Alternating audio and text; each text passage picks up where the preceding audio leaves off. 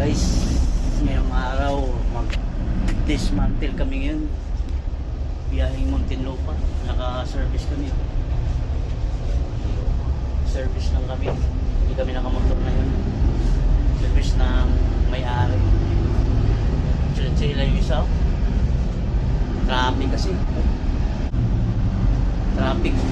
Pero dismantle kami ngayon ng 3 unit split type sa Muntinlupa. Naka-service lang kami ngayon. Lupito. So, sarap ng tulog.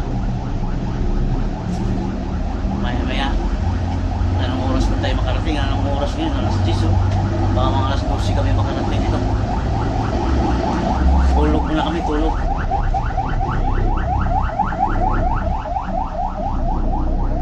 Mga idol, natanggalan namin yung isa. Maliit lang kasi yun, magaan lang yun. Dito, yung isa. Ito naman isa. Yun, 1 horsepower yun. Ito 1.5.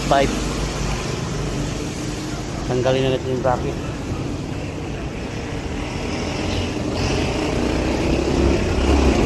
Ayun mga idol, nabaklas na namin yung 2 unit. Ito yung tansyon niya. Sigurado na ito mamaya. 4 kilo na yan. Ito yung indoor unit.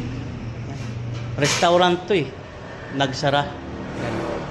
Tapos yung may bayaran pa sila, hindi nagbayad, kaya yung aircon na lang iniwan. Tsaka ibang gamit iniwan, yung mga plato pa iniwan kasi hindi sila nakabayad daw ng OPA eh. Kaya ito na lang kinuha ni sir, yung mga gamit. Pero pang ano to, bali 3 unit to doon sa kabilang naman, building. Baklasin namin. Dahil pa naman ang kilo ng tanso ngayon. Yan yung cover tube nya. Kain muna kami dito sa mga sa Taste of Joy. Dami yung kargada. Ayan yung mga menu nila Ayan ayan, mga menu. Taste of Joy. Sarap daw dito kumain. Kaya dito na kami kumain. Dito lang kami gumawa sa may Muntinlupa.